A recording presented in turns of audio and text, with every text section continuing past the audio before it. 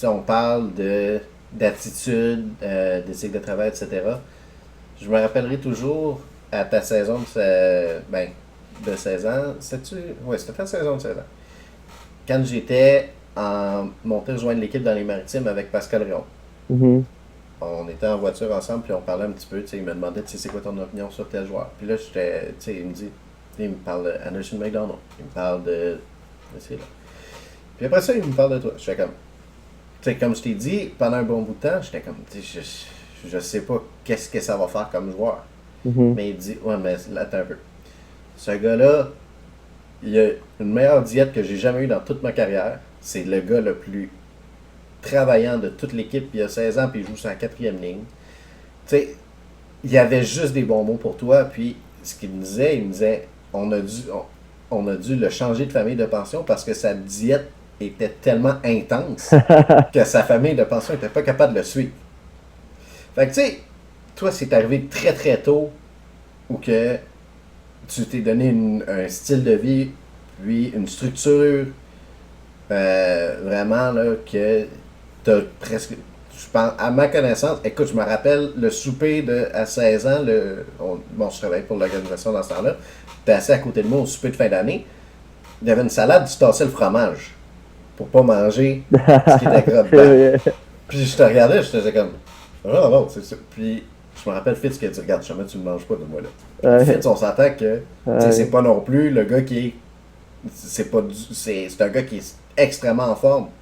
Puis même lui, tu sais, un moment donné, il décrochait. Toi, t'as jamais décroché de Mhm. tout le souper. T'as donné ton dessert à Nicolas Poulain, je me rappelle. Tu sais, j'étais impressionné. Mhm. Donc, ça vient de où cette attitude-là? Puis, est-ce que tu as eu des étapes dans ta vie où que c'était peut-être t'étais plus capable, ou si jamais, tu sais, t'as toujours gardé en tête l'objectif final, puis ça te permettait de tenir ces habitudes-là? Ben, moi, je pourrais dire, quand j'étais, ben, en même temps, moi, depuis que je suis jeune, mes parents, genre, on mangeait pas autant, tu sais, j'avais peut-être du fromage dans ma salade, là, c'était, c'était moins heavy que ce que tu as vu, puis ce que je fais maintenant, mais chez nous, on a toujours eu une bonne alimentation, Mhm. puis mes parents ont toujours pris soin de nous faire tu sais, des bons repas préparés. Le nombre de fois que j'ai mangé des repas congelés, ça arrivait pas, là. Une couple de fois par année, Mes là. parents, même s'ils finissaient à 7 heures du soir, ils prenaient le temps de nous préparer un bon souper. Fait que, tu sais, c'est beaucoup plus facile quand tu pars avec une certaine base pour aller plus loin. Fait que ça, je pense que ça m'a vraiment aidé. Puis après là, ben, moi, à la base, mon objectif, c'est que je voulais perdre un peu de gras. Fait que je voulais être plus rapide. T'en avais plus à la fin, là. Je voulais être plus rapide. Fait que j'avais été voir un spécialiste, ben pas un spécialiste, ben oui, un spécialiste Un pour m'aider dans nutrition. ma nutrition. Puis il m'avait dit si tu veux les résultats le plus rapidement possible, puis dans le fond, ben pour moi, ça fait du sens, tu dois peser ta nourriture. Parce que quand tu pèses ta nourriture, si ça fonctionne pas, ben, tu fais juste ajuster tes quantités. Si ça Mhm. fonctionne, ben tu sais que ces quantités-là fonctionnent, tu vas continuer dans le même processus. Mhm. Fait que pour moi, ça faisait du sens. Puis du moment que j'ai commencé à peser mes aliments, ça, c'était mon année de. À 16 ans, j'ai commencé à être vraiment. Ouais, c'est ça. À 16 ans, c'est à mon été de 15 à 16 que j'ai commencé à peser ma nourriture. Puis je pense en l'espace de 2 semaines, j'avais perdu peut-être 1,5% de gras. Ce qui est quand même très gros pour quelqu'un qui est déjà un pourcentage de gras très bas, là. Mhm. Fait que, pour moi, c'était juste un game changer. Puis à partir de ce moment-là, j'ai vraiment trippé. Puis tu me demandais si c'était difficile, mais c'est parce que, mettons, ben, toi tu me connais bien, mais si tu demandes à d'autres personnes qui me connaissent, des fois ils vont te demander si j'aime quasiment plus l'entraînement que le hockey, là. Fait que, Non, tu pas sais, vrai. pour moi, tu sais, j'aime bien le hockey, là, mais tu sais, pour moi, c'est pas que c'est facile, c'est juste que j'aime ça le faire. Mhm. J'aime ça le faire. Tu sais, des fois, il y a certains joueurs de hockey qui vont s'entraîner parce qu'ils veulent juste parce qu'ils D'énergie. veulent être bons au hockey. Moi, je m'entraîne, oui, parce que je veux être bon au hockey, mais juste parce que j'aime ça. Pour moi, c'est pas difficile, je suis content quand je vais m'entraîner. Mhm. Fait puis l'autre chose aussi, c'est que la manière que je le vois, c'est si tu veux bien performer, il faut que tu manges bien. C'est comme si tu aimes la Formule 1, là. Tu Un peu. t'aimes vraiment la Formule 1, ben, tu sais, moi, je connais pas tant ça, mais c'est sûr que si tu fais pas les choses techniques nécessaires pour ta Formule 1, puis tout Ouais. ce qui est mécanique, ben, tu pars avec une prise, là. Tu sais, même que ce soit un Mhm. petit détail, là, c'est rendu des millimètres de différence, là, c'est toutes des petites différences. Des, des millisecondes, des grammes, des. C'est toutes des petites... Fait que pour moi, c'est la même affaire au hockey. Si tu vas aller au niveau le plus haut, ben, c'est des petits détails, là. Ils sont tous bons, les Mhm. joueurs de hockey, là, rendus pro, là. Ils sont tous Ouais, bons. Même juniors sont bons, les joueurs, là. Fait que c'est quoi que tu vas faire que les autres font pas? C'est tout de même exact. que je le voyais. Puis, est-ce qu'il y a eu des. Est-ce qu'il y a eu des moments où que, tu sais, on a dû dire, OK, slack, ou genre que toi-même, tu t'es dit comme, là, je pense que je suis rendu trop intense. Est-ce qu'il y a eu un point où tu as dû toi-même te modérer? Ben, mettons, quand j'étais en pension à Sherbrooke, tu sais, t'en as parlé un peu tantôt, à un moment donné, tu sais, j'ai compris, tu sais, j'étais jeune au début, puis moi, j'étais habitué à ce que mes parents, ils m'aident beaucoup. Mais là, tu sais, quand t'arrives en pension, c'est plus la même affaire, là. Oui, t'es un de leurs joueurs, puis ils acceptent, mais t'es pas leur... T'es pas le boss. Non, c'est ça, t'es pas le boss dans un certain sens, puis ça, ben, ça, c'est ma faute, là. Tu sais, moi, je pensais... Ben, pas, j'étais pas méchant non plus, là, Non. j'étais pas méchant, sauf que moi, j'avais des hauts standards, puis eux, ben, c'était nouveau pour eux autres. Mais là, après ça, Mhm. j'ai dû m'ajuster dans le sens que, tu sais, c'est pas grave des fois si ça déjoue un peu de ce que j'aimerais faire. Un petit Mais, macaroni à la place de. ouais. Fait que, tu sais, c'est pas ça que j'aurais toujours voulu manger, mais en même temps, dans la vie, il faut faire des compromis. Puis, tu sais, les familles de pension étaient très compréhensifs aussi, là. Fait qu'eux autres aussi, ils m'aidaient là-dedans. Mais, mais non, oui, c'est sûr que, comme tu dis, à un moment donné, je pense que, tu sais, si j'avais été avec mes parents, non, je t'aurais dit que Ça aurait été. ça aurait été correct parce que mes parents, ils me supportent au bout, là, tu sais, quand, tu sais, en ce moment, je suis chez moi, puis je mange, Ouais. on mange, mon père, il s'assure tout le temps que j'ai de la nourriture, il m'aide là-dedans, il montre comment faire de la bouffe parce que j'aime la bonne bouffe aussi. Ouais. Fait que, c'est juste positif, là. Puis par rapport à ça, bon, tu dis que ton père tu sais, te coach un petit peu en cuisine, etc. Est-ce que c'est quelque chose que toi-même en pension, tu as décidé de prendre les devants quand tu as vu que, tu sais, des fois, c'était pas quelque chose qui te convenait sur la table? Est-ce que toi-même, tu sais, t'as appris à cuisiner dans ces situations-là ou, tu sais, si jamais Ben, ça m'est déjà arrivé de faire de la nourriture, sauf qu'en même temps, tu sais, moi, la manière que je le voyais, c'est que je voulais pas faire un autre repas que la pension faisait, OK. parce que je le vois, tu sais, je le voyais comme si c'était un peu insultant, dans le sens Ouais. elle prépare, la personne, elle prépare un repas, puis toi, tu te dis, ah, ben non, moi, je vais aller me faire un autre repas. Je l'ai déjà fait chez ma mère, mais pour d'autres raisons. J'étais pas Mais, full à l'aise à faire ça. Puis en même temps, je- comment je pourrais dire, les repas qu'ils me ouais. faisaient, c'était super bon, là. Tu sais, Mhm. c'était peut-être pas ce que j'aurais mangé, mais c'était bon. Fait que Ouais. j'avais pas de raison de chialer, Mhm. mais non, là. Non. T'as quand même. Mais t'as appris beaucoup de Ouais, tes ouais. parents ou jamais tu regardais des vidéos sur Internet? Est-ce que tu avais un programme alimentaire avec des instructions que tu as appris à partir de ça? Ou? Ben, non, je pense que c'est vraiment mes parents qui m'ont montré pas mal tout ce que je sais. Là. Je suis pas un grand chef, mais la base, mettons, c'est mes parents là, qui me l'ont montré. Là. Ok, parfait. Bon, si jamais quelqu'un comme moi voulait me mettre en forme, je pourrais aller sur ta page Instagram, Mhm.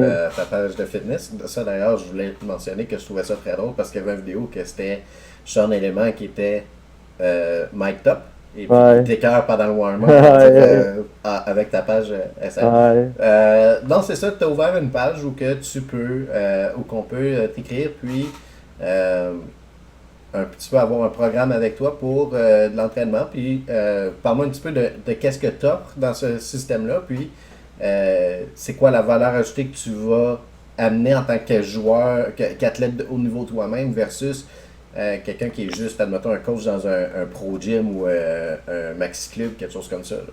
Mhm. Ben, comme, ben, en fait, moi, c'est la partie que, à un moment donné, je savais pas trop ce que je voulais faire à l'école. Mhm. Puis, ben, tu sais, on en a parlé, j'aime vraiment l'entraînement. Fait que j'ai décidé de faire un cours privé. Puis que le Phoenix il m'avait payé aussi. Fait que ça, c'était Mhm. vraiment gentil. Puis à partir de ce moment-là, ben, je me suis dit comment que je peux mettre ma passion, comment que ma passion peut bénéficier les autres. Mhm. Fait que j'ai décidé de me partir dans ma page Instagram. Fait que dans le fond, ben, j'aide juste les gens à atteindre leur objectif. Puis dans la COVID, ça a été quand même bon parce que moi, dans le fond, j'offre des programmes personnalisés. Fait que, tu sais, les personnes, souvent, il n'y avait pas accès à un gym, donc des fois, il y avait quelques dumbbells ou des élastiques. Fait que je pouvais adapter leur plan d'entraînement à l'équipement qu'il y avait. Puis je pense que ce que je peux apporter, c'est que tu sais, ça fait au moins au-dessus de 10 ans que je m'entraîne. Fait que je pense que j'ai quand même un bon bagage. Là. J'ai essayé plusieurs plans d'entraînement. Puis je trouve que la meilleure manière de voir si un plan d'entraînement fonctionne, tu sais, oui, il y a beaucoup d'aspects scientifiques, mettons, je rentrerai pas trop dans les détails, mais mettons, un tel nombre de répétitions va favoriser peut-être le gain musculaire, ou un tel nombre de répétitions va favoriser l'endurance musculaire. Puis il y a plein d'affaires dans ce genre-là, mais autre que la science, si tu testes pas tes plans d'entraînement, ben tu sais pas nécessairement ce qui peut fonctionner. Puis je pense que ça, c'est mon avantage de les avoir toutes essayées. Là. J'ai l'endurance musculaire, l'hypertrophie, le gain musculaire, la gain de force, l'explosion, la vitesse. Fait que Mhm. non, je pense que c'est ça que je peux amener de différent. Là. Tu sais, si jamais quelqu'un t'arrive avec des idées préconçues, tu sais, des modes, des tendances, est-ce Mhm. que pour toi, tu sais, t'es prêt à. Est-ce que, pas prêt nécessairement, mais est-ce qu'il y a des avantages dans ces modes-là? Tu sais, admettons, les choses comme, admettons, le keto, le jeûne intermittent, etc. Comment est-ce que tu peux intégrer ces affaires-là avec une personne qui a déjà, tu sais, veut essayer quelque chose, mais ça ne suffira pas si Mhm. jamais tu fais juste ça, là.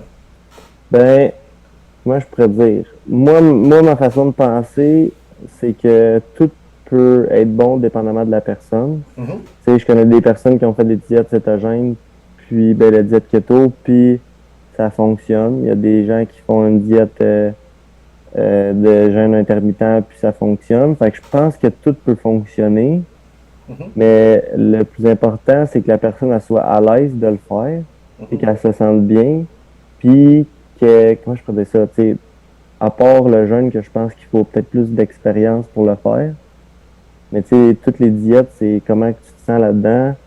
Il y a des personnes que si, mettons, comment je peux dire, une diète keto, c'est que dans le fond, si tu compenses tes glucides par des gras, Mhm. fait que, tu sais, il y a des personnes qui ne seront pas capables, puis que ça les intéresse pas, puis qui n'aiment pas les aliments gras.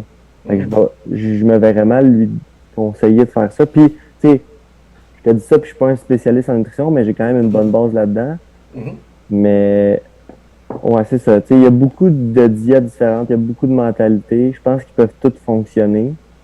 Je dirais pas qu'ils sont toutes bonnes. Il y en a, en ce moment, je pourrais pas te dire laquelle est la meilleure. Moi, ce que je fais, c'est beaucoup plus une diète, admettons, de chasseur-cueilleur, là. Fait que, mettons, comme dans le temps, c'est une diète paléo. Fait que c'est tout ce qui est, mettons, viande, tout ce que tu peux chasser, mettons, les fruits, euh, c'est gruau, ben, Fait que l'avoine. moins d'ingrédients transformés, Ouais, admettons. exactement. Fait que c'est un peu comme ça que je le fais. Puis pour des athlètes, ben, ça peut varier aussi, là, tu sais, mettons, couper les glucides pour un athlète, je suis pas spécialiste, mais je suis pas certain que c'est la meilleure façon de faire. Mhm. Surtout pour du, tu sais, surtout comme admettons au hockey où que la saison est longue, ou Ben, que tu c'est ça. sais gérer tes inputs de vitamines versus tu sais, énergie, etc. Mhm. Tu veux pas perdre ta masse en cours de saison parce que tu commences à changer ta nutrition, Non, j'imagine. exactement. Puis, tu sais, les glucides, oui. Ben, il y a beaucoup de. Ouais, on voit les glucides de façon très mauvaise, là. Si je peux, tu sais, les glucides, c'est tout ce qui est, mettons, pour ceux qui ne le savent pas, mettons, les Sucre. glucides, c'est tout ce qui est, mettons, gruau, patates douces, quinoa, ces affaires-là. Le riz, il y a beaucoup de malinformation que les gens ils pensent que ça fait juste engraisser. Ouais. Sauf que c'est pas nécessairement ça qui te fait engraisser. De ce qu'on peut voir, quelqu'un qui engraisse, c'est juste il mange plus de calories qu'il en dépense. Mhm. Fait que tu manges du riz, c'est pas grave. C'est si tu en manges une quantité énorme Ouais, qui c'est est ça. grave. pour ça que je parle de diète, ça me fait un peu rire parce que, mettons, tu dis, je vais juste manger de la viande, ben, je donne un exemple, là. Ouais. Une diète, je mange juste de la viande, ben, si tu manges 3500 calories de viande, tu dépenses 2500 calories dans ta journée. Elle va pas fonctionner, ta diète, là. Ça fonctionnera pas. Faut que tu aies une variété Ouais. dans tes nutriments. Puis Non, tout, c'est ça. on sait. Puis, de ce qu'on voit, c'est qu'il faut que quand je dis faut que tu en manges moins que tu dépenses, faut pas que tu manges 1000 calories. Ben, comme je te dis, je suis pas spécialiste, mais pour que ça soit soutenable à long terme, Mhm. généralement, tu veux un déficit calorique un peu plus bas que ce que tu dépenses Ouais. parce que si, mettons, tes 1000 calories de moins, là, tu vas avoir faim, puis au bout de 5 jours, tu vas avoir des maux de tête, tu vas capoter, t'aimeras pas ça, Fatigue. là. T'aimeras pas ça. Fait que, Mhm. tu sais, quelqu'un qui veut perdre du poids, moi, je trouve que c'est toujours mieux de le favoriser à long terme parce que c'est comme ça que tu développes une habitude de vie que tu peux garder à long terme. Tu sais, si, mettons, des fois, il y en a qui disent, oh, je vais faire un 14 jours perte de poids intense. Puis Ben, tu vas l'en prendre. après ce 14 jours-là, je te dis pas que tu seras pas capable de garder ce mode de vie-là. Mais si c'est extrêmement intense, puis qu'au bout de ton 14e jour, là, t'es de même, oh, enfin j'ai réussi, ben il y a des bonnes chances que ça se peut que tu aies bourré à face dans de la crème glacée puis des affaires de même. Puis Tandis tu que vas la reprendre en double. c'est que tu as tellement compensé dans 14 jours, si là, après ça, tu veux juste manger les bonnes choses que tu aimes, ben Donc, tu vas capoter puis tu vas juste en manger plus que tu en mangeais avant que tu commences les 14 jours. Là. Fait que moi, je pense que la manière que je le vois, c'est y aller progressif puis y aller. Moi, je le dis, c'est pas une diète que je veux implanter, c'est plus un mode de vie. OK. Puis le problème, c'est pas, comment je pourrais dire, le problème, c'est pas que, comment je pourrais dire ça? Les gens, mettons, On a des objectifs à court terme, ils ont, peut-être? ben, c'est qu'ils veulent que ça soit rapide, Ouais. sans effort. Sauf que changer une habitude de vie, n'importe laquelle, là, que ce soit l'alimentation, avoir plus de sommeil, arrêter de fumer, ça prend du temps, puis ça prend beaucoup, beaucoup de vouloir. Là. C'est pas facile, là. C'est pas Mhm. facile d'avoir une bonne alimentation, puis faire attention. C'est extrêmement dur. Fait que si tu essaies de tout couper du jour au lendemain, c'est c'est comme, mettons, un peu un sevrage. Je dis ça, c'est intense, là, ce que je dis, là, mais Ton corps, dès qu'il va retoucher à il ces va vouloir en choses-là, manger plein, là. Il va vouloir en manger plein. puis tu Fait vas absorber ça en double. Puis tu sais, parce que ton corps va être habitué à avoir un apport minimal. Puis là, dès que tu y en donnes plus que d'habitude, il va stocker. Tu sais, que, souvent, c'est ça. c'est sûr que tu sais, tu vas overeat, là. Fait que, moi, je pense que c'est beaucoup plus d'y aller graduel. Ouais, Comme je te dis, une habitude de vie, là. ouais. Puis bon, si jamais quelqu'un est intéressé à faire appel à tes services, est-ce que toi, c'est vraiment un programme que tu offres ou si jamais tu offres aussi un suivi ensuite? À quoi ça ressemble tes tarifs? Comment est-ce que tu aides les personnes? Ben, dans le fond, moi, comment que j'offre, ben, habituellement, ben, pas habituellement, mais première consultation est toujours gratuite. OK? Fait que, tu as un 15-30 minutes, on peut discuter par Zoom de ce que la personne a comme bagage d'entraînement, c'est quoi ses objectifs, c'est quoi que moi je peux offrir, c'est quoi son équipement, c'est où est-ce qu'elle s'entraîne, quel type d'entraînement qu'elle a déjà fait. C'est plein d'affaires, juste pour Mhm. discuter. Puis après ça, ben, la personne, ben, moi, je lui dis ce que j'offre. Moi, la chose que j'aime le plus, c'est un suivi de 3 mois. Fait OK? qu'un suivi de 3 mois, ça implique 3 plans d'entraînement, un nouveau plan chaque mois. OK? Parce que je trouve qu'au bout de 12 semaines, c'est là qu'on peut voir vraiment des changements euh, Physique. con- considérables. Là. Ouais. Puis que tu vas voir vraiment physique, puis Ouais. Ah. aussi comment est-ce que la personne a tenu, j'imagine. Mhm. Puis tu sais, comment je peux dire, après, mettons, je fais un programme à une personne de 1 mois. Mhm. Ben, souvent, la première semaine, elle va juste s'adapter au programme. Elle fera pas, mettons, les charges qu'elle devrait faire. Tu sais, mettons, je dis, fais des squats. Ben, ça se peut que pour un tel nombre de répétitions, elle n'est pas sûre de son poids. Fait que pour cette première journée-là, elle va essayer d'ajuster son poids comme incapable. Fait que la Mhm. première semaine, c'est un ajustement. Après Mhm. ça, il te reste juste 3 semaines. En 3 semaines, là, tu gagneras pas 10 livres de masse musculaire. Là. Non, c'est ça. Mettons, pour quelqu'un qui voudrait prendre la masse. Là. Fait que le premier mois, souvent, c'est une préparation générale. Mhm. Puis la personne, il faut qu'elle se familiarise avec l'entraîneur, avec les plans d'entraînement, le temps de repos, le tempo, tu sais. Tous les entraîneurs ont leur manière de faire. Ouais. Fait qu'il faut juste qu'ils s'adaptent. Après ça, le deuxième mois, là, on commence à vraiment bien rouler. Puis là, dans le troisième mois, c'est là qu'on rentre plus dans du spécifique aussi. Fait que moi, je trouve que 3 mois, c'est une bonne durée pour voir des changements. Puis moi, ça me donne une certaine... après un mois, là, ça se peut que la personne, ça va pas changer, elle dit, bah, ben, moi, je m'en vais.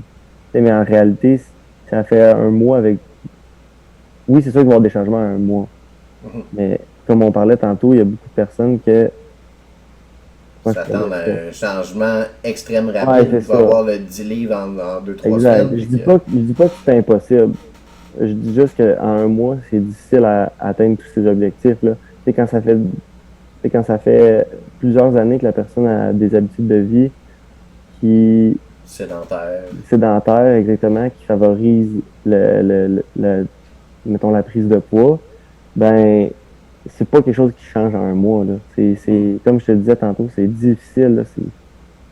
C'est très, très dur. Puis on est tout le temps, ben, dans notre société, on est tout le temps de plus en plus prôné à être sédentaire, là. On Non, est sur c'est nos ça. cellulaires, on reste chez nous. Là, avec la COVID, c'est encore pire, on s'entend. Les personnes, là, en plus, les gyms étaient fermés. Fait que c'est ça qui est difficile. Puis aussi, je voulais parler d'autre chose. Je me rappelle plus c'est quoi je voulais dire. Si jamais ça te revient, fais Ah juste ouais. le faire. Fais-moi signe. Ouais. Fait que, non. Je voulais savoir, est-ce que malgré le fait que là tu vas avoir une saison de hockey, est-ce que tu veux continuer ce projet-là? Est-ce que tu vas quand même continuer à faire des suivis à ceux qui te l'ont demandé à travers la saison? Puis tu sais, évidemment, tu as un contrat où que Mhm. tu dois passer le hockey en premier. Ça, Ouais, c'est ouais. sûr. Ouais, ouais, Ça, c'est ça. parce que c'est ta carrière. Mhm. Mais ça te fait un très très beau sideline. Ça peut même être plus que ça. Parce que Mhm. tu peux te servir de ton statut comme joueur de hockey pour gagner une notoriété qui est pas juste due à ton statut de joueur de hockey, mais à ta compétence. Mhm. Donc, comment est-ce que tu gères est-ce que tu, comment est-ce que tu veux gérer ces deux choses-là, puis tout en donnant l'attention méritée à chacun sans délaisser l'autre? Mhm. Ben, tu sais, comme tu dis, c'est sûr que le hockey, c'est la priorité. Mhm. Fait que je te mentirais pas. Ben, je te, Tu me mentirais pas, je sais je que te tu mentirais mentiras jamais, pas. même. Je te mentirais pas dans le sens que je peux pas confirmer que c'est sûr que je vais continuer pendant la saison. Mhm. Parce que honnêtement, tu sais, ça va être ma première année. Puis comme je te dis, je veux vraiment focuser là-dessus. Ça va être vraiment ma priorité. Fait que je sais pas encore si ça va. Tu sais, je dis pas que je le ferai pas pendant tout, mais je vais peut-être porter moins d'attention que je le faisais Mhm. vers la fin de ma carrière junior. Mais moi, mon plan, ben, ce que j'avais en tête, puis là, ben, c'est la première fois que j'en parle, là. Mais ce que j'aimerais faire, tu sais, je sais pas si ça va pouvoir se faire, ça va pouvoir fonctionner, mais j'aimerais ça faire un genre de, comment on appelle, un genre de package pour les joueurs de hockey qui puissent venir s'entraîner. Tu sais, mettons, t'offres un certain package, là, mettons, tel nombre d'entraînements pendant un tel nombre de semaines, Tu vas c'est quoi qui est à superviser. faire, c'est quoi les, mettons, quelles choses qui vont être offertes qui se différencient des autres, ça va être où. Tu sais, ça, c'est ce que j'aimerais faire à la fin de ben, pendant la période morte, si on peut dire, là, Mhm. pendant le off-season. Ça, c'est quelque chose que j'aimerais faire. Si je vais-tu le faire, je le sais pas, parce que comme je te dis, c'est ma priorité, le hockey. Mais non, c'est des choses que je garde en tête, là. Si jamais on regarde le parcours que le Canadien a eu en série, tu sais, je comprends Mhm. que t'es pas dans cette organisation-là, puis tu sais, c'est correct. Mais quand même, tu es un joueur de hockey québécois Mhm.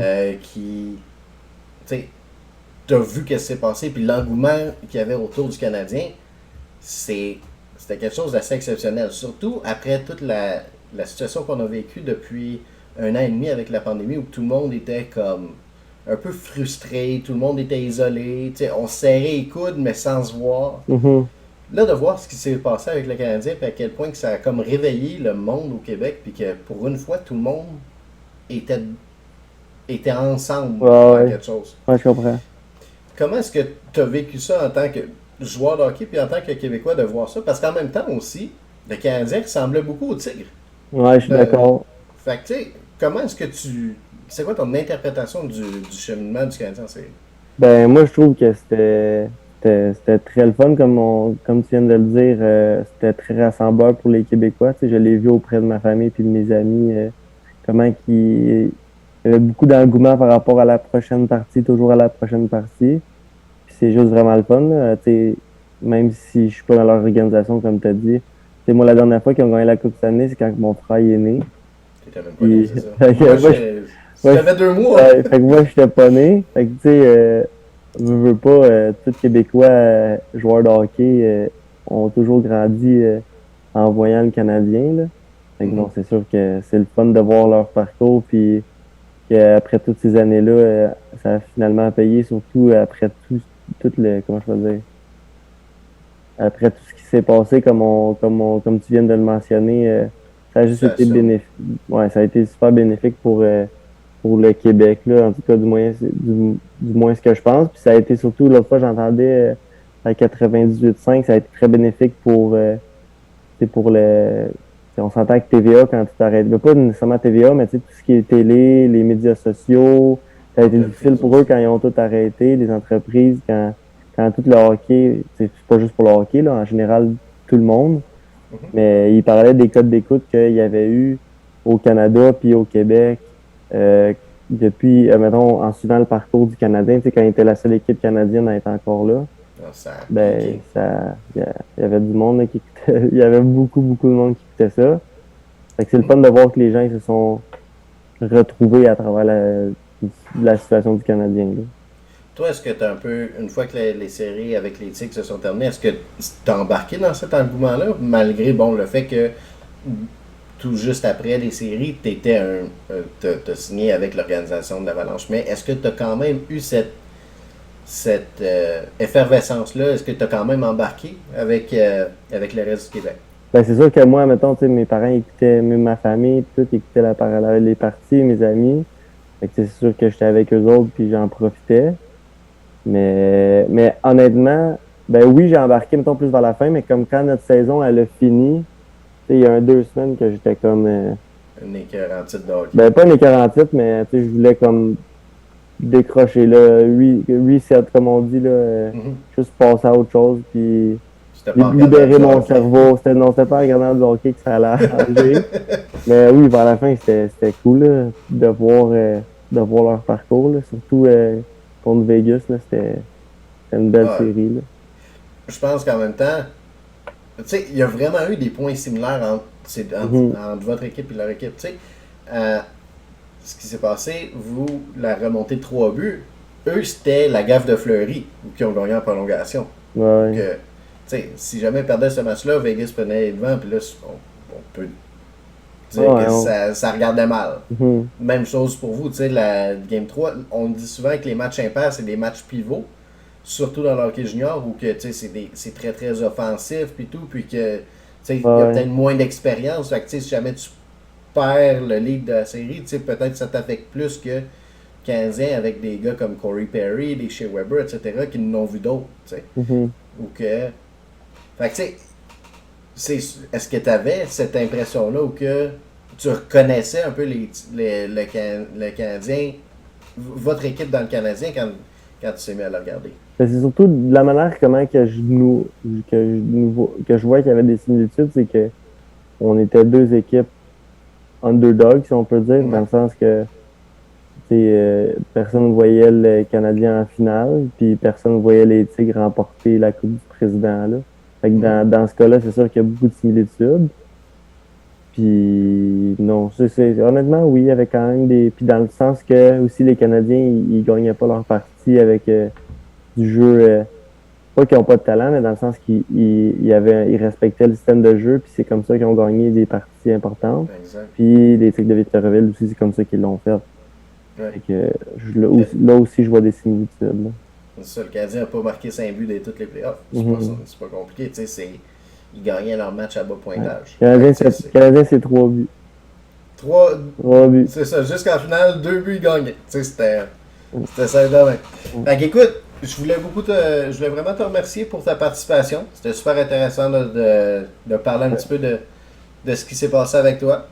Puis, évidemment, ça va être intéressant de suivre ce qui va se passer avec toi dans la Ligue américaine.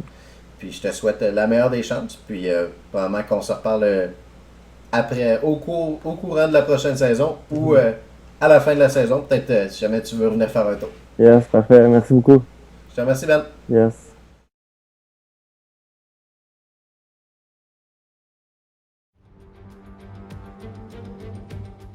Based in the magnificent Ardennes countryside, Spa hosted its first Grand Prix back in 1925. This historic track is loved by drivers and fans alike.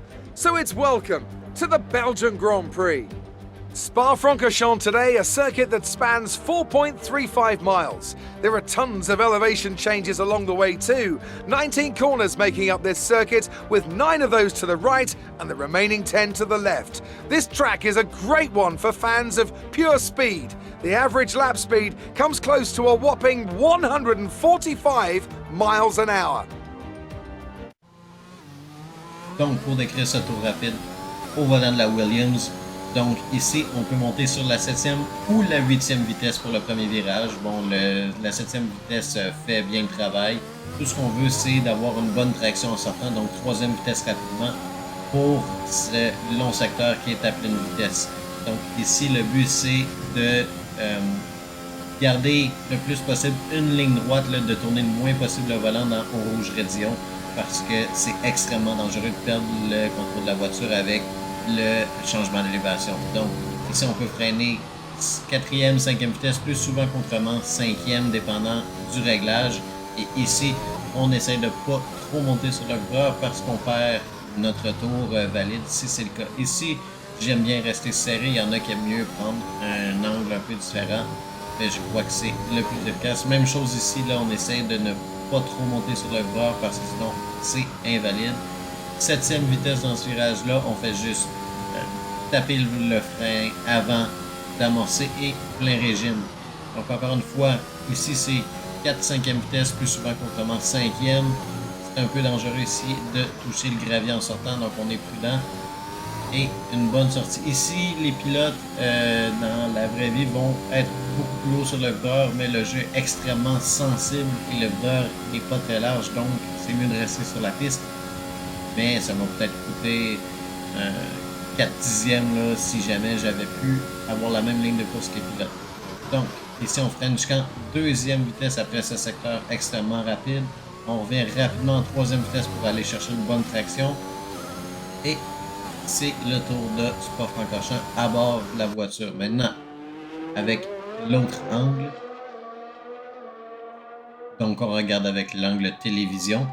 Comme je disais ici, 7, 8e vitesse, plus souvent qu'autrement 7e va faire. On ne veut pas toucher au vibreur intérieur pour éviter de perdre la traction parce que c'est extrêmement glissant. C'est un peu dangereux comme vibreur si jamais on met mal l'accélérateur. Ici, bon, j'ai mal exécuté ce virage-là. Là, j'aurais dû le garder plus droit et être plus au centre. Mais bon, ici, ça m'a pas tant pénalisé. Peut-être 4 centièmes. Et ici, comme je disais, là, bon, on freine en 5e vitesse. J'ai pas très bien exécuté le premier virage de la chicane, mais bon, c'est pas si grave que ça. Ça m'a encore une fois pas trop pénalisé. Donc, ici, j'ai été très agressif sur le vibreur. J'ai même peut-être frôlé le gazon un petit peu.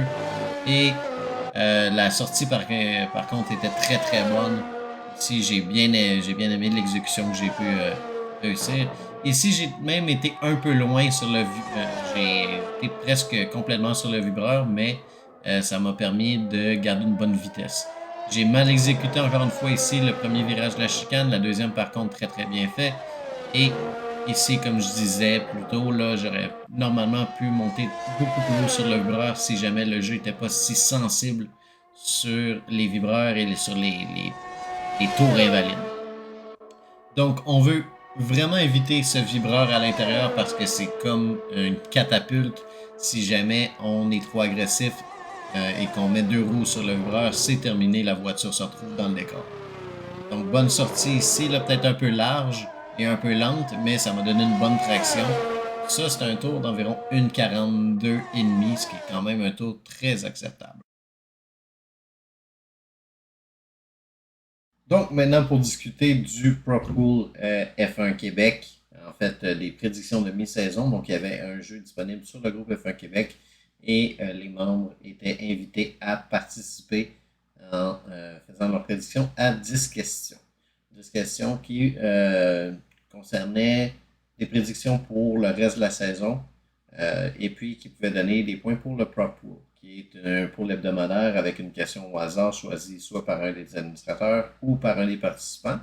Donc, c'est vraiment plus des questions qui portent sur un aspect aléatoire de la course, par exemple les changements de pneus, les arrêts au puits, les performances, les écarts de performance entre les coéquipiers, etc.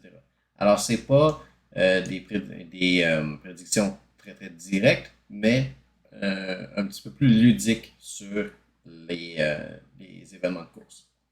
Alors, tout le monde sur F1 Québec pouvait participer aux prédictions de mi-saison, dont je vais vous présenter les 10 questions. Donc, la première portait sur le futur champion du monde. Donc, qui, entre Max Verstappen et Lewis Hamilton, sera le futur champion du monde. Donc, Max a 187 points et Lewis en a 195. Donc, la deuxième, c'est sur l'équipe qui remportera le championnat des constructeurs. Donc, j'ai seulement gardé le choix entre Red Bull et Mercedes parce que la troisième écurie est à peu près la moitié des points, si je ne me trompe pas. Donc, c'est pas vraiment quelque chose qui est possible à ce stade-ci. Donc, si jamais je regarde ici, je vais ma feuille de classement. Donc, les écuries. Alors, c'est ça. Mercedes a 303 points, Red Bull en a 291 et Ferrari et McLaren en ont 163. Donc, c'est un petit peu plus que la moitié. Donc, c'est très peu probable.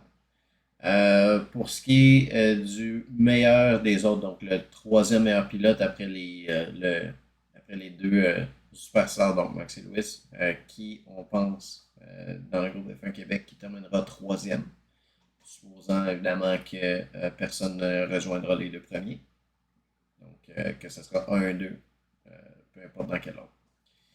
Ensuite, donc, on parle d'une vieille rivalité. Donc, McLaren et Ferrari, là, deux écuries avec une très riche histoire en F1 qui se retrouvent côte à côte au troisième et quatrième rang du classement des constructeurs. Qui aura l'avantage entre les deux?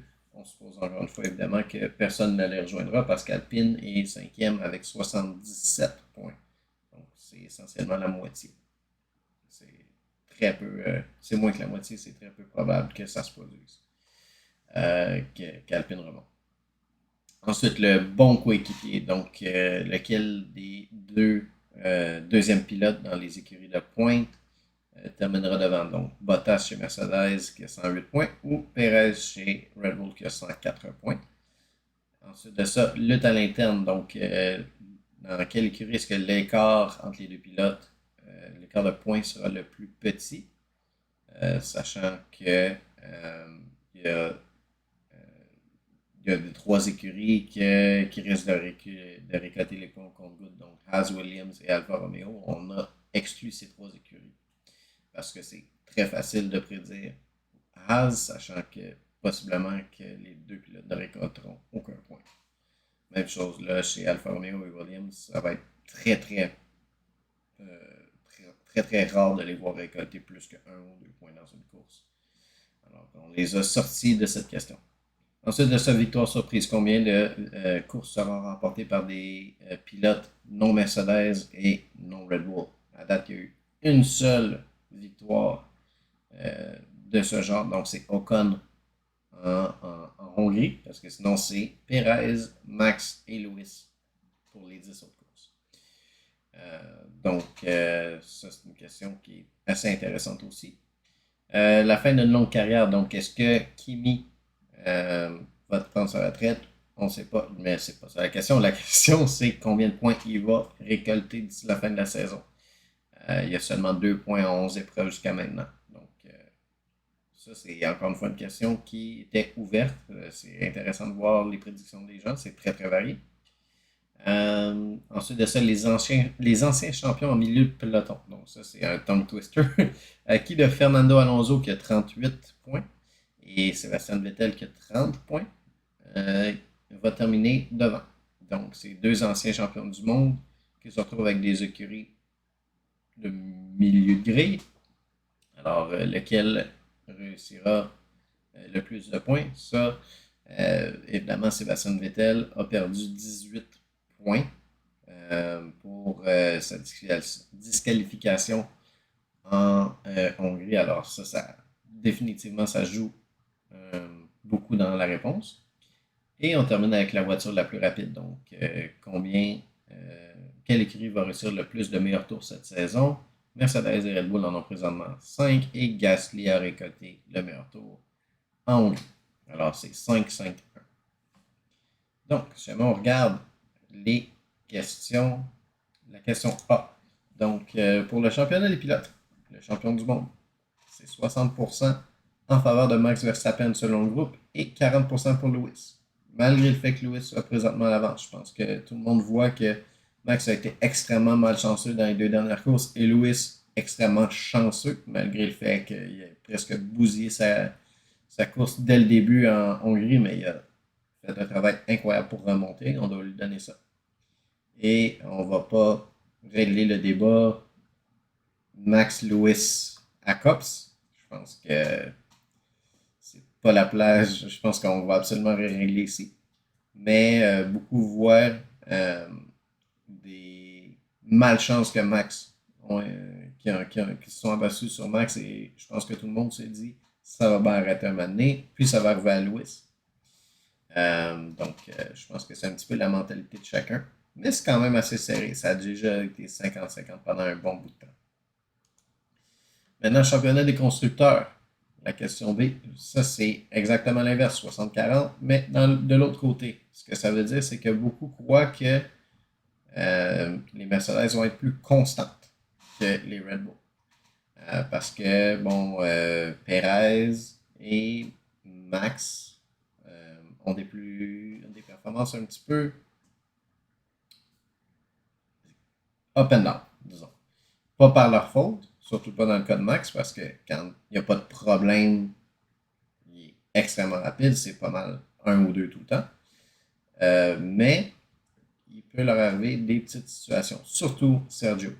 De notre côté, je crois que les gens croient aussi un peu plus en Valtteri Bottas. On va le voir là, dans les prochaines questions. C'est quand même assez considérable. Donc, le 3e rang du championnat des pilotes. Je pense que ça veut dire beaucoup sur la saison du très jeune et talentueux pilote Lando Norris, avec une voiture inférieure aux 2 autres.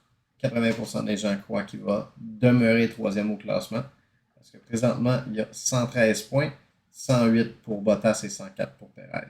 Donc, il réussit vraiment à tirer le maximum de sa voiture chez McLaren.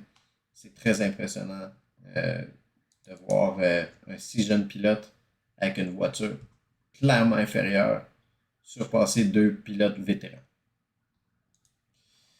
Le 3e rang du championnat des constructeurs. Donc, on a considéré ici, encore une fois, que Ferrari et McLaren étaient les 2 seuls candidats. Même si jamais tout peut arriver, là, ce serait très surprenant. Je pense que ça démontre le manque de confiance que les gens ont envers Daniel Ricciardo. Parce que Lando Norris, malgré le fait qu'il soit une trentaine de points devant le meilleur pilote Ferrari, qui est Carlos Sainz, son ancien coéquipier, son frère, son confident, son ami, son amour. Je crois malheureusement que Daniel Ricciardo ne réussirait pas à récolter assez de points pour compenser ces 2 pilotes. Donc Charles Leclerc et Carlos Sainz, qui, malgré le fait qu'ils sont beaucoup moins efficaces que Lando Norris, récoltent une bonne quantité de points, ce qui va, à moins que Daniel Ricciardo ne se réveille, donner la victoire à Ferrari dans ce duel. Ensuite, le meilleur 2e pilote, c'est ce que je disais un petit peu là, un peu plus tôt. Bottas et Perez, je pense que les gens ont généralement plus confiance en Bottas Par contre, ce qui est drôle, c'est que quand je regardais les questions ici, là, la question 2 et la question 5, beaucoup de personnes qui ont voté pour Mercedes ont quand même voté pour Perez et vice-versa.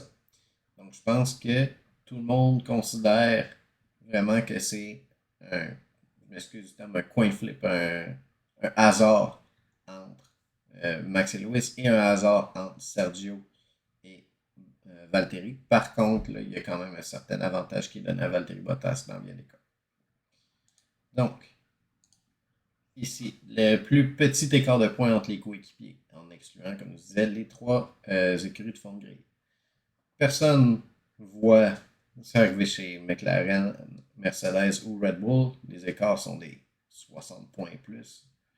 Alors, ça serait très, très, très, très, très surprenant que les pilotes les rattrapent parce que, bon, on regarde ici, là, 50 points pour Ricciardo et 113 pour Norris, 108 à 195 pour Mercedes et 104 à 187 pour Red Bull. Je pense que c'est assez clair qu'il va y avoir un grand écart entre ces deux pilotes de chacun des écuries. Chez Ferrari, il y a 3 points. 3 points. Sainz est à 83 et Leclerc à 80. Chez Alpine, c'est un seul point. Ocon est 1 point devant Fernando Alonso, donc 39 à 38. Ensuite, chez AlphaTauri, ça c'est Abdou, notre cher Abdou, qui a décidé de voter pour une écurie dont les deux pilotes sont 32 points, à 32 points d'écart. Donc, probablement qu'il croit très très fort que Yuki Tsunoda va largement surpasser Pierre Gasly en fin de saison. Donc, Gasly qui a 50 points, donc le même nombre que Ricciardo, avec une voiture clairement inférieure. Et Yuki en a 18. Donc, c'est audacieux comme pari, je dirais. Maintenant, si jamais on va voir la prochaine question, les courses qui ne seront pas remportées par Red Bull et Mercedes. Ah, ben j'ai oublié de dire Aston Martin. Donc, 30 points pour Vettel et 18 points pour Stroll. C'est possible, seulement 12 points d'écart, mais Vettel a clairement mieux performé cette saison. Si jamais il avait pu garder ses 18 points en Hongrie, ce serait 30 points d'écart. Donc, ce qui est absolument phénoménal, sachant que Vettel a eu une saison atroce l'an dernier, avec une moins bonne voiture, réussit quand même des choses extraordinaires. Donc, le nombre de courses qui sont pas remportées par Red Bull et Mercedes. Donc, on a 5% des gens qui croient que ça n'arrivera pas. Et 45% des gens croient que ça va arriver une autre fois. Donc, c'est déjà arrivé avec Ocon. Donc, comme quoi ça n'arriverait qu'une seule autre fois. Donc, j'ai mal écrit la question, j'ai oublié de la corriger, mais c'est pas d'ici après la mi-saison, c'est d'ici la fin de la saison ou après la mi-saison. J'ai mal édité mon texte, je m'en excuse. Et c'est ça, la moitié des gens croient que ça va arriver 2 fois. Personne ne croit que ça va arriver plus que ça. Ensuite, le nombre de points pour Kimi, mon pilote favori qui malheureusement, sa carrière arrive à sa fin. Il est temps qu'il donne sa place à quelqu'un qui croit que c'est pas un hobby. Il est temps qu'il laisse vraiment sa place à un pilote qui veut percer. Je pense que Kimi a fait ses preuves. Il a fait ce qu'il voulait.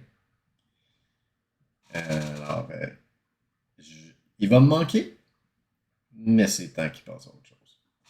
Bref, 5% des gens croient qu'il va rester à 2 points. C'est son total présentement. Personne ne croit qu'il va seulement récolter 1 point. Ensuite de ça, 20% des gens croient qu'il va récolter 4 ou 6 points. Et le quart des gens croient qu'il va faire un peu mieux en deuxième moitié de saison, donc récolter 3 points au lieu de 2. Ensuite de ça, il y en a qui croient qu'il va faire considérablement mieux, donc 15% des gens croient qu'il va faire 5 points en deuxième moitié de saison. Et 5 et 10% croient qu'il va faire 6 et 8 points. Personne ne croit que ça va aller plus haut. Entre les deux anciens champions, donc Alonso et Vettel, donc je crois que tout le monde considère que Vettel a fait des meilleures courses qu'Alonso. Donc Vettel a fait 2 podiums, le deuxième ayant été pénalisé, donc annulé. Mais Vettel réussit des coups de force. Donc on croit chez dans le groupe F1 Québec qu'il va en réussir encore quelques-uns. Tandis qu'Alonso récolte constamment des points. Donc, Vettel n'a des points que dans 3 courses. Donc, il y a, si je ne me trompe pas, 2, 18, 10, quelque chose comme ça. 2 points, 18 points et 10 points. Donc, c'est vraiment très, très, très saccadé, si on veut. Donc, c'est quelques récoltes. Ouais, c'est ça. C'est 10 points à Monaco, 18 points à Azerbaïdjan et 2 points en France. Tandis qu'Alonso a récolté des points, si je ne me trompe pas, dans ses 6 dernières courses. Je vais juste vérifier. Donc, c'est ça. Il a récolté des points dans la deuxième et troisième course et des points dans les 8 dernières courses. 6 dernières courses. Donc, 8, 4, 2, 1, 6 et 12. Donc, les gens croient que les gros coups qu'a réussi Vettel vont lui donner un avantage, malgré qu'il soit présentement en retard par 8 points. Donc, c'est ça. Ensuite, la dernière question. L'écurie qui réussira le plus de tours le plus rapide. Donc, c'est présentement 5-5-1, comme je disais. Donc, AlphaTauri avec Pierre Gasly en Hongrie est la seule voiture qui a réussi au moins un tour rapide, outre les 2 écuries de points. Et chez Red Bull, c'est toujours Verstappen. Jamais ça a été Perez. Tandis qu'il y a 2 occurrences pour Bottas et 3 pour Lewis. Ce qui m'aurait porté à croire que les gens verraient un avantage chez Mercedes, mais tout le monde considère, pas tout le monde, mais la grande majorité du monde considère que les Red Bull sont plus rapides. Ce qui est un fait, parce que en fait, ce qui est très probable, parce que les Red Bull ont un avantage stratégique versus l'an dernier. Les performances plus constantes, plus appréciables de Perez versus Albon font en sorte que Mercedes ne peut pas vraiment se permettre des changements de pneus en fin de course, des essais gratuits au tour le plus rapide, parce qu'il pourrait se retrouver derrière une Red Bull. L'an dernier, c'était carrément un changement de pneus gratuit. C'était un essai au tour le plus rapide gratuit parce qu'il y avait seulement un pilote qui pouvait porter une menace. Donc, si jamais ce pilote-là n'était pas dans une situation de les surpasser, si jamais il s'arrêtait au puits, il pouvait faire ce qu'il voulait. Donc, si jamais on regarde l'an dernier, en saison 2020, le nombre de tours le plus rapide, donc c'était Mercedes en avait 1, 2, 3, 4, 5, 6, 7, 8, 9. 9, tandis que Red Bull n'en avait que 3. Par contre, McLaren en a eu 2. Renault en a eu 1. McLaren en a eu un 3e. Donc, Renault en a eu un autre. C'était quand même assez partagé, mais Mercedes était clairement en avant. Alors, c'était quand même pas une lutte aussi serrée que cette année. Donc, je pense que ça fait le tour. Si jamais vous voulez participer, donc le vote est encore ouvert jusqu'au début du Grand Prix de Belgique, donc dimanche matin. Vous pouvez joindre le groupe F1 Québec avec le lien dans la description. Et ça me fera un plaisir de discuter de F1 avec vous. Là-dessus, je vous remercie beaucoup d'avoir regardé cet épisode de Pucks and Paddocks avec Benjamin Tardif et avec une petite discussion sur F1 Québec et cette revue du circuit de Spa-Francorchamps. Et là-dessus, je vous souhaite une très bonne fin de journée et à la prochaine.